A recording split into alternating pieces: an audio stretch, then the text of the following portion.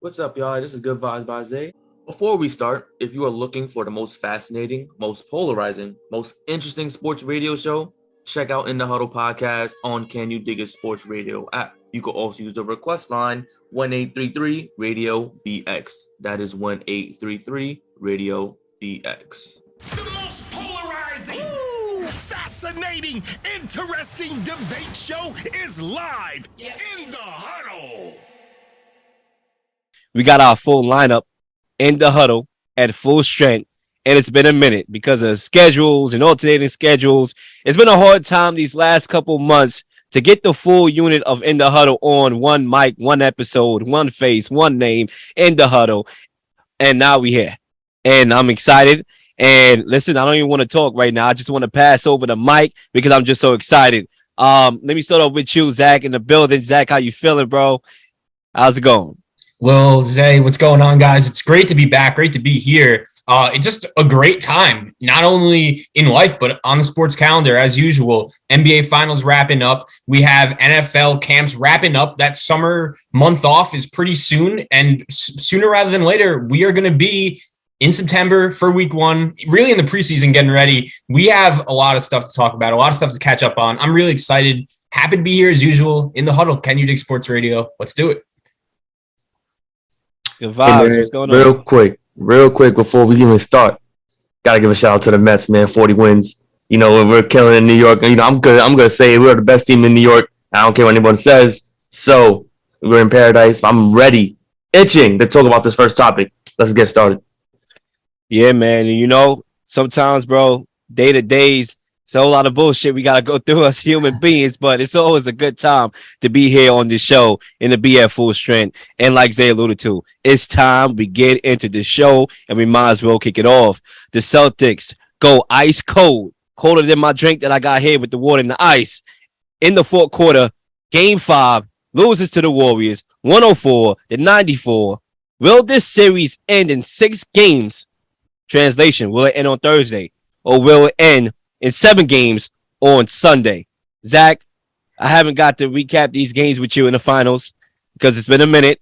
So I'm going to pass it right over to you. Yeah, guys, I'll start off by saying this. I think watching these last few games, my main takeaway was in game 4 with about 5 minutes left, the Celtics find themselves up by, I believe, 5 points. The crowd is going crazy. And at that point, for the majority of the series, I really felt like the Celtics were the better team.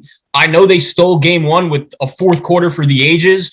Game 2, they just lost. But in game 3, that was a blowout. They played great. And in game 4, for a majority of that game, they felt like the better team to me. But the Warriors have completely flipped the switch. Steph Curry going out there, dropping 40-plus points in game number 4. In my opinion, the best game of his career, really stepping up when his teammates needed it the most. And yesterday, from the start, Golden State, they flipped it. They kind of just have felt like the better team watching them yesterday. And what's crazy about Golden State is Curry had a brutal game for his standards, shooting 0 for 9, but so many other guys stepped up. Andrew Wiggins, I've been following this guy's career since he was in high school when he was coming up as the next LeBron, apparently the Maple Jordan. That's what people were calling him coming from Canada. And he wasn't a bust as a number 1 overall pick. He had some good seasons in Minnesota, but he's yet to make that winning impact. And that's what happens when you get traded to such a good team and such a productive franchise like Golden State. He is not responsible for carrying them. I think he fits this team so well. Jordan Poole showing us what he could do. I think he's the X factor for this Golden State team. When he's playing well, they're so hard to beat. And it just tells me a lot. Like Curry struggling so much. And the Warriors, I feel like they didn't even play their best game. I know Boston was brutal. Tatum and Brown have really struggled, and I'm sure we're going to get into that. But Golden State, this is what champions do, and they're just stone cold killers, man. Like, in my opinion, some of the games they've won during this dynasty have been crazy. I literally watched this team in 2019. This is a game that sticks out to me. Game number 6 in Houston, they're up 3-2. Kevin Durant had just gotten hurt, though, and the series kind of felt over. That was going to be James Harden and Chris Paul's time. Steph Curry goes into halftime of that game with 0 points, And then in the second half, they just end the James Harden, Chris Paul era in Houston, just coming up firing on all cylinders. You remember what Clay did in that pivotal game number 6 in Oklahoma City. These guys are just so hard to beat. They're so tough. And I give Golden State a lot of credit. That's just a championship organization. In terms of will the series end, it's crazy because I remember after watching game 3, I was like, okay, there's no way either one of these teams are going to lose 2 games in a row, let alone 3, just because the series has been back and forth. Both of these teams, part of why they're here, in my opinion, is because they've been so good at bouncing back throughout the playoffs. I think I will give Boston a slight edge in game 6. I think Jason Tatum is too good of a player to struggle this hard. But I have my doubts on if Boston could win the series. That's who I picked at the beginning. And Golden State finding ways to win as usual. Look, I want to jump in here real quickly here. I'm going to keep it short because I want to get my guy good vibes over here on this mic. Look, I'm going to just keep my point really straight to the cut. I'm not really going to put too much thought into it. I think when you talk about X's and O's, and you can talk about X's and O's all you want. You can talk about how the Celtics played Curry this game and how they got Curry to struggle, going drop back coverage, basically allowing Curry to walk into threes, and they finally turned that attention onto him and literally took him out the game plan. Now you can look at the good and bad of that, but I think just excluding all that, the key for me here is that the Celtics need to be reminded that turnovers are not their friend. They need to be reminded of that. Like sometimes you think somebody's your friend, but they're really not your friend. And you have to tell them that, yo, I got to check my dude. Nah, turnovers is not your friend, bro. It's not, because we all know the stat that's popping out here. And yeah, I don't like to really use the same stats because they get overused through the media. But guess what? I'm going to use the same stat because it's clear and straight to the point. The Celtics are 0-6 or 0-7 now when they have 16 or more turnovers. And they are 14-2 when they have less than 16 turnovers. Now, I know I heard that stat popping out, since last night, but I just think it's just clear to the point. Like, don't turn the ball over. That's just simple to me. That's fundamental basketball right there. And they've been doing that a lot, turning the ball over a lot. And that's been the Achilles heel in this series. Now, say what you want about the Warriors. Am I no way shortcoming the job and magnificent games that they had in the series that impressed me? But still, the turnovers for me is a big thing. Also, I got to check my guy Tatum and Brown. Brown, I think he's been holding the most weight, my personal opinion, from the last series and the first couple of games in this series. Yesterday was atrocious. He needs to be checked. But Jason Tatum, if you had the more expectations, if somebody tell me that this is the best player on this team, I'm going to hold you to a higher regard than your running mate or your counterparts and role players. And for Jason Tatum, I think he needs to do a better job of being more efficient, okay? Because prior to this game, I saw some wild stat about him being 27 of 82 in the finals. That's ridiculous. You need to stay in the gym. Literally, that's ridiculous right there. Another thing that I'm noticing with Tatum is that he is not finishing at the rim. He's looking for foul calls at the referees. Finish the play. Stop trying to get the foul. Stop trying to get to the line, because clearly they haven't been calling it. So clearly you have to do a better job of finishing at the rim, right? I know Wiggins has been playing insurmountable defense against Jason Tatum, and I'm not going to discount Wiggins. He's been a hell of a player this series, both offensively and defensively. But still, some of these things are self-oriented things. And Jason Tatum, it starts with him. Because like I said, I'm not over here to sugarcoat Brown either. But it starts with the best player on the floor being more aggressive and more assertive and saying, listen, I'm not going to go out like this, bro. This is the NBA Finals. Who give a damn about what I did before then, bro? This is the Finals. I cannot go out like that. You talking about Kobe Bryant and wearing the Mamba shirts and, saying I'm going to show up today. Kobe Bryant, what would Kobe Bryant do? He will go out here, even if he shooting inefficient. He's going to take the shots till he make them. Tatum got to do a better job. Brown got to do a better job. This team got to do a better job. Now, to answer this question, I think it's a wrap. I think it's over. And I picked Boston to win this series. But like Zach pointed out, game 4, a golden opportunity, or game 3, game 4, golden opportunity to literally go up 3-1, 91-85, 5 minutes left to go in the game. Where was everybody? Where was Tatum, the best player on this team? Where was Brown, the guy that's been cooking up prior to that game 5? Where was these guys at? Nowhere to be found. And once again, in the fourth quarter of this game, shooting 4-15 from the field. 2 of 8 from 3-point range in the fourth quarter. And yeah, I know Tatum, 27 points. I get it. 5 points in the fourth quarter. What is that? That's not going to cut it. So yeah, I think the series is a wrap. I think the Warriors took their heart out in game 4, and that's something that the Celtics can't recover from. I think, the Celtics team throughout the entirety of its playoffs have not been a 48-minute team. That's something they were thriving in that second half of the season going into the playoffs. They were playing a full game of basketball. Their team never got off the gas pedal. They were playing defense. They were playing offense. They're able to move the ball with efficiency. I think that's one thing they're lacking in this playoffs. You alluded to it with the turnovers. You understand that Tatum is having an atrocious playoffs, but having 95 turnovers in its entirety. We talk about moving the ball. That's the issue with the Celtics team. They don't have a guy who can move the ball singularly to help move get the guys open. Everyone keeps talking about they have team basketball, but they need a guy to be able to move the ball, a playmaker in a sense. It can't just be your best scorer is the playmaker for this team. That's the biggest issue, because yesterday we seen Jaylen Brown try to move the ball in the first half, and he was turning the ball over left and right. Tatum was trying to do the same thing. A guy like Derek White, who came from a fundamentally sound team in the Spurs, got on the court, and he turns the ball over as well on occasion from game to game. So this team is lacking the fundamentals to beat against a championship team. Now, we talk about the fourth quarter. I actually want to focus on the first half, where everybody on the team was essentially abysmal except for Jason Tatum. Tatum had 2 turnovers. We understand that. But he had 13 points, 6 for 9. Everyone else was horrible. 2 for 10 from the field. Over 2 with Derek White. The bench players had no points. I think they had 1 point in that whole entire first half. You can't have your bench playing that bad in a finals game and think you're going to win. You need some kind of continuity from your bench to win these games. It doesn't make any sense that they're not scoring.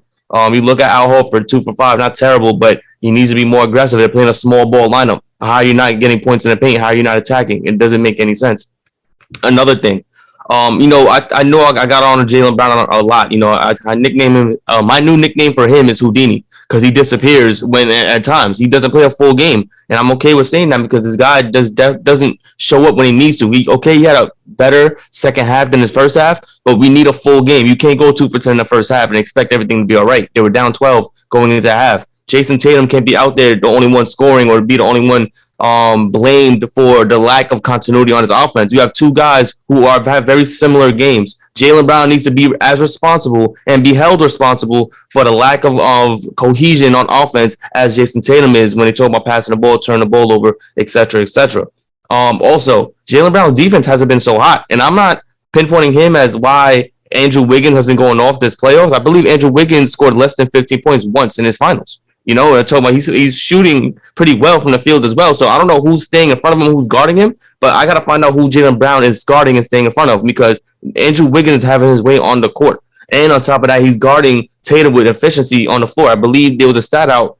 Tatum is 15 for 82, I believe, against Wiggins or something like that. It was a wild stat line. I was like, so Wiggins is locking him up like that. It's looking like Rikers Island on the court. If that's what they're saying over here, it's crazy. I think it's a wrap for this game.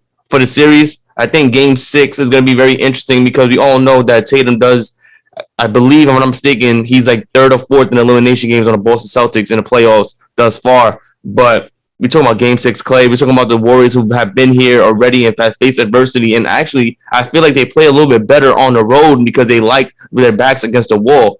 So I believe this Warriors team is going to clean it out in Boston, and it's going to be one for the ages. A couple of things. I think what makes the Celtics so interesting is for the last 3 months, we all know how good and how dominant this team is. And what makes them so frustrating is, okay, they beat Kevin Durant and Kyrie Irving, sweep them in 4 games. They knock out the Milwaukee Bucks when they're down 3-2. Jason Tatum goes into a pivotal, crucial Game 6 and drops 45 points. They even beat Miami, who we all respect. They're a really good team. And when Boston is playing at their best, like they did in the fourth quarter of Game 1, in all of Game 3, they look unstoppable. They look like no one could touch them. But then at the same time, they have performances like last night where they just can't make shots. And I agree with Zay 100%. This team is lacking that ball handling playmaker. I like Marcus Smart. I love what he brings to the table. Defensive player of the year. But I just think you need a more dynamic playmaker. And Boston deserves credit for getting to this point. But they need some spark. And I do think with Tatum, he's been bad and he needs to play better. I think the shoulder could have a lot to do with it, but at the same time, you're on the court, you need to produce. And I think he has it in him. I do think that this guy has had moments throughout the playoffs where he's just put the Celtics on his back and said, okay, I'm going to play. And one other thing that kind of scares me from the Celtics perspective, can we point to a recent close game in these playoffs that they've won? Every game they win is a blowout. It hasn't. They haven't really been in many games where it's tied 3 minutes left and they come through and win. The only real close game they've won was that game 7 against Miami, but they made it close. That was a 12-point game with 4 minutes left, and somehow, some way, Jimmy Butler could have won. I still don't know how. So that's another thought I had. It was a bad shot. It was a bad shot. That's why it's how he could have literally easily got to the rim, got an and one possibly, and would have brought that to overtime. But that's neither here or there. We already beat that horse too many times before. But I think that's a good point that Zach brought up. It's noticeable, but a lot of people don't talk about it. You know what I'm saying? And I think that's really factual. That shows that they are not ready for game situations in the fourth quarter. That's what it shows me. They feel more comfortable when they have the game won already compared to a game that's going back and forth, compared to a game where they up 91-85 with 5 minutes left to go, ally game 4. Most uncomfortable when it's time to make shots, when they revert back to isolation basketball instead of moving on the backside. Okay, and the backside is getting tight. Now, you say Rikers Island, Jaylen Brown is, well, his cellmate must be Jason Tatum because he's locked up too for some reason with Andrew Wiggins as well. So I just think overall, they have to move on the backside a little bit more. They have to move the ball better because the game 2 and 4, I thought they reverted back to their old ways, and ironically, they lost those games. The way how they defended Curry, I thought they did a good job. Now, a lot of people say and counter that, well, they defended Curry, they bought the house on Curry, but it allowed other guys like Wiggins and Poole to eat. But I think more so it was the turnovers for me that lost them that game more so. It allowed other guys to get points in transition off of turnovers. That's how I look at it. But do you think going forward that this is how they need to defend Curry, especially on the road, or should they allow Curry to beat them, basically allow Curry to beat them, or take Curry out the game plan and live with the result? Real quick, I think you have to allow the other guys to beat you on the court. You're talking about star players on the floor. You want to eliminate what they can do. I mean, you want to make sure you eliminate everyone around them because you know how special Curry is. He's going to get his points no matter who's on the floor, whatever. You want to make sure that the other guys around him are not getting the points. He was averaging 30 before the last game. And the other guys weren't scoring well. We talking about what was happening. I told you before the series started, the role players are going to be the key factors. I mean, you look at what the role players were doing. Gary Payton had 15 points. Jordan Poole had 14. And they had combined the bench was like 32 points, 31 points off the bench. You got to eliminate that. You can't have Wiggins scoring 26. You can't have Wiggins getting 15. You can't let him get comfortable on the court. Even though he shot 0 for 6 from the three-point line, it seemed like he was getting his way in the paint, which is interesting when you have a guy like Robert Williams that protects the paint at all times. And you got guys like Al Horford who's able to slide over and move, is mobile with his feet. So you have to eliminate the comfortability and the cohesion of the role players and allow Steph Curry to do whatever he wants to do. But you can't let no one else work. Yeah, I think early in the series when Boston was playing that drop coverage off the pick and roll, Curry was just shooting it at an insane pace. And what's crazy is even though he was killing them early in the series, the Golden State role players, Wiggins has been good for the majority of the series, but everyone else hasn't really been effective from Boston's perspective. But it's just crazy how much and how quickly a series could turn. Curry was great in game 4, but even in that game, down the stretch, it was Wiggins and it was Poole, and Clay hit a couple big shots as well, making the plays. And it's just crazy what Golden State has guys where I don't think this is anything close to the 2018 or 2017 or even the 2015 Warriors team that was winning championships year after year. But at the same time, they have enough of that experience where in certain games, in the pivotal moments when you need them most, Draymond Green last night falls into this category where they'll step up and make big plays. And that's what makes them so hard to beat.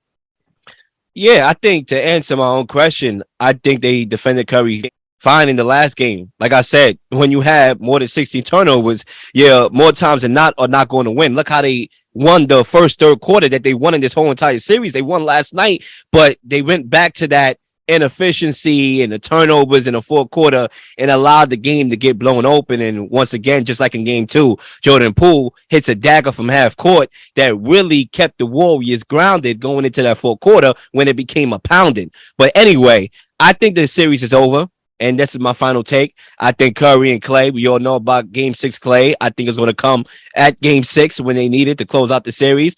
And I just think that you have to live with Curry being the one that's out of the game plan. You know, all these same guys like Poole, Wiggins, Draymond especially, going to come on the road and have that performance that they had in game 5 when they had to pick up the slack from Curry. I doubt that. I doubt Draymond, because it looks like the crowd got in his head and it's affecting him on the road. I'd rather take away Curry and not let Curry send me home packing to Cancun, Wagwan. I'm done. Any last takes, y'all?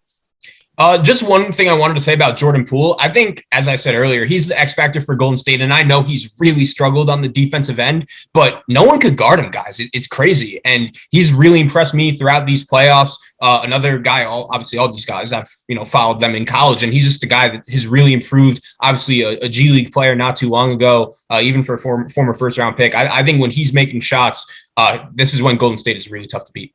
Ladies and gentlemen, I know y'all not getting tired of watching In the Huddle over and over again, so like and subscribe to the channel and receive these new notifications of new uploaded content that will be coming your way. Ladies and gentlemen, enjoy the rest of your day. I'm out. Peace.